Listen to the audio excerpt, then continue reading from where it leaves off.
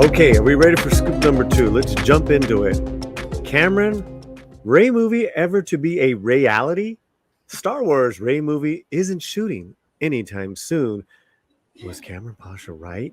As a scoop, you called this that World of Real validated what you had to say. I mean, I've Take been it saying this away, for a year. Kamran. I've been saying this for a year, right? I've been saying this since I've been saying, anybody goes back to my Patreon, the day that they announced this movie, where they dragged poor Daisy Ridley like a deer in headlights, on the stage where she looked terrified. What's happening here?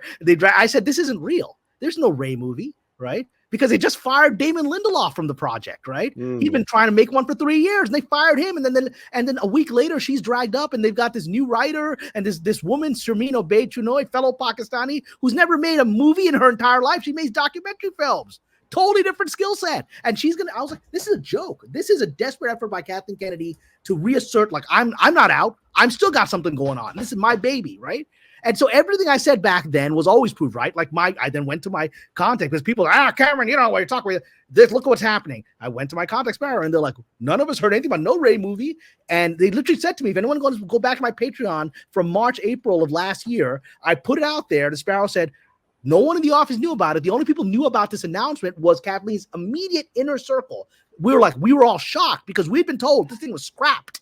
And she'd been told to scrap it by Iger. Instead, she brings on board Sharmeen Obaid-Chinoy and wrangles it. And so in November of last year, that was confirmed when Daisy Ridley said that she was having a breakfast with Kathleen Kennedy, who said, we have a Rey movie.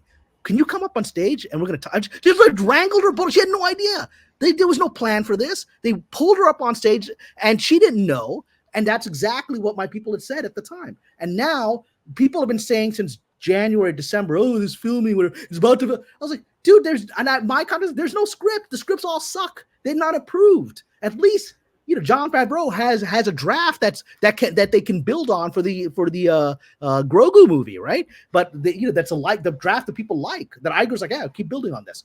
There's no approved draft. I said this in January, and here we are now, because yet again the nonsense is starting. It's going to start filming in September. I'm like, how is this movie without an approved script going to start filming in September when the Grogu movie with an approved script isn't filming until next year?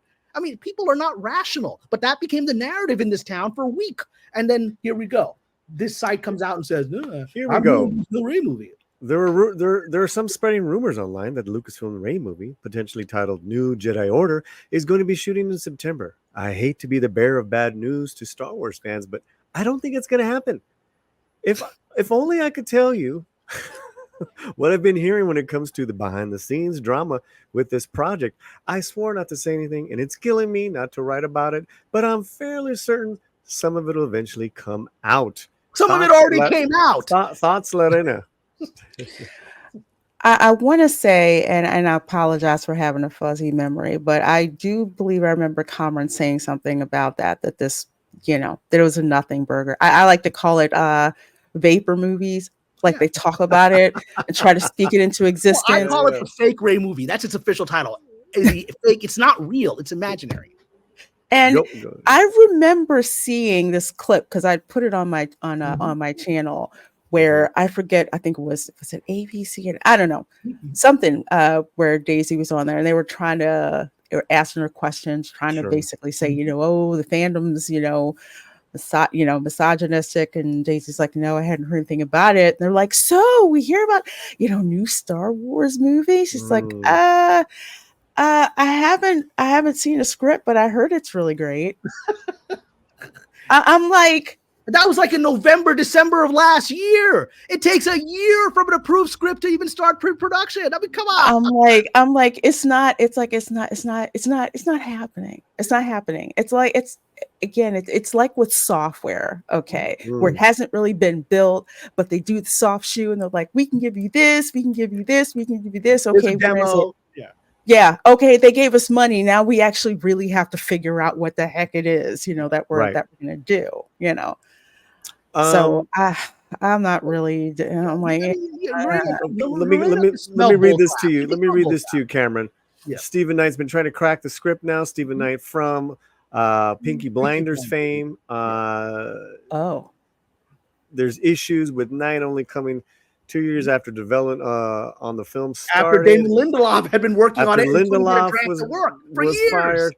Cameron, what is the normal time of a script to even pass and then say, okay, greenlit, it's ready to go? So a movie script. Look, Damon Lindelof's been working the Rey movie for 3 years, and he couldn't get a draft that anybody wanted. 3 years, right? My friend, my personal friend, Matt Robinson, was the writer on the Rogue Squadron movie. He wrote the Rogue Squadron movie, and I won't break his confidence, but let's just say he worked with Patty Jenkins and Kathleen Kennedy for years, draft after draft, shared a lot of stories about that process, right?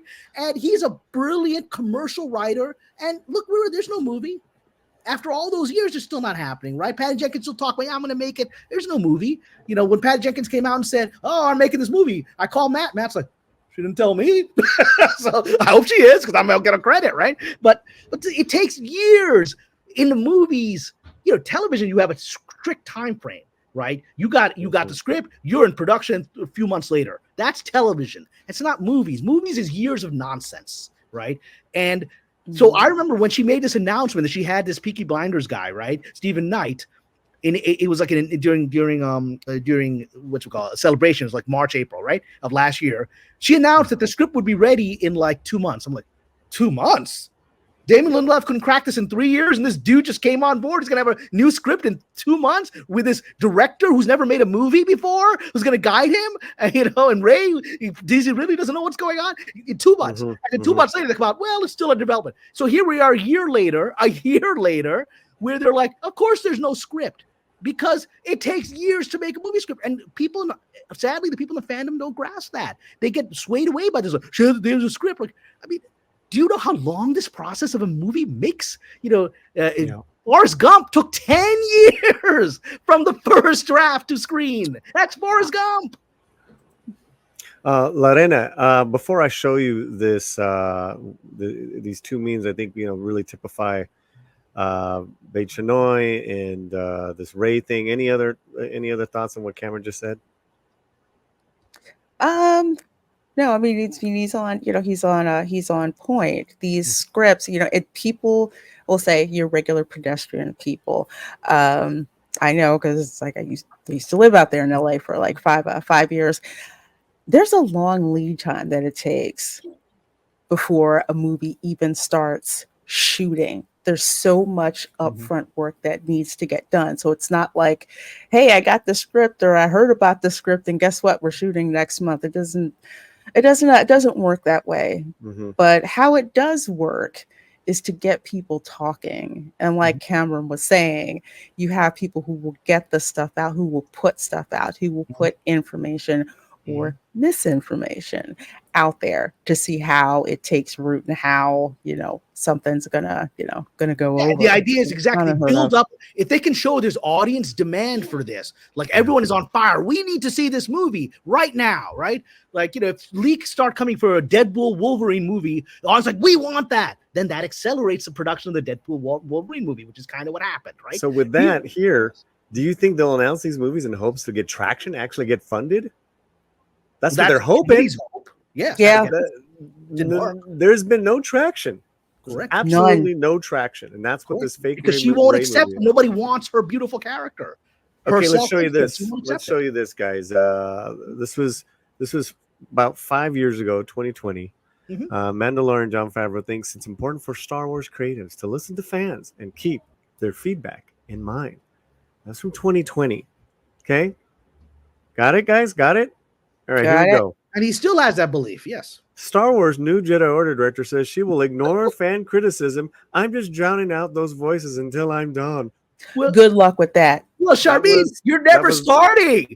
She's delusional. She's never made a movie. They're going to give her a $200 million movie. She's never made a movie.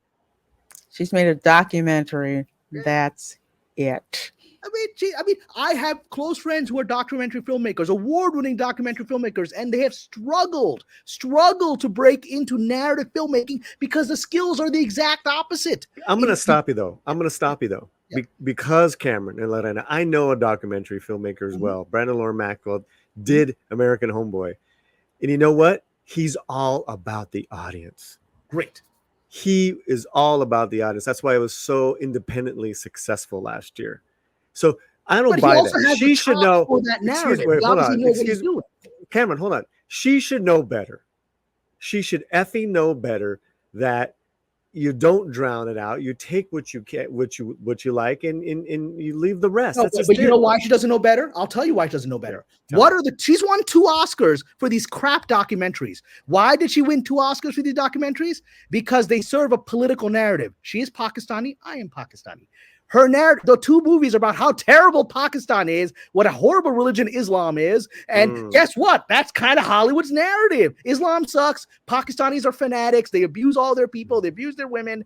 Guess what? You can make 2 bad movies with that theme, and they will give you Oscars because it serves their political narrative.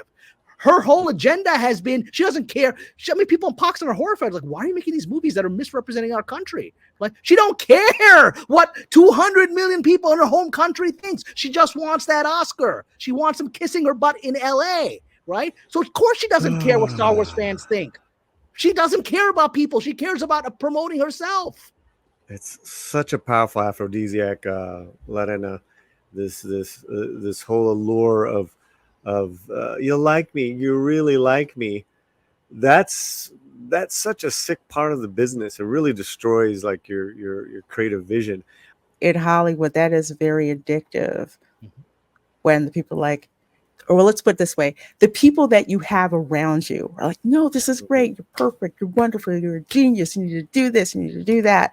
Yeah. And you get so insulated that you can't hear anything else, penetrating your bubble. So good luck with that, saying you're going to ignore what the people want or what the people are interested in. Or the Star Wars fans want, what the fans want. What the Star Wars fans want. And then you're wondering, why isn't this making money? So lovely.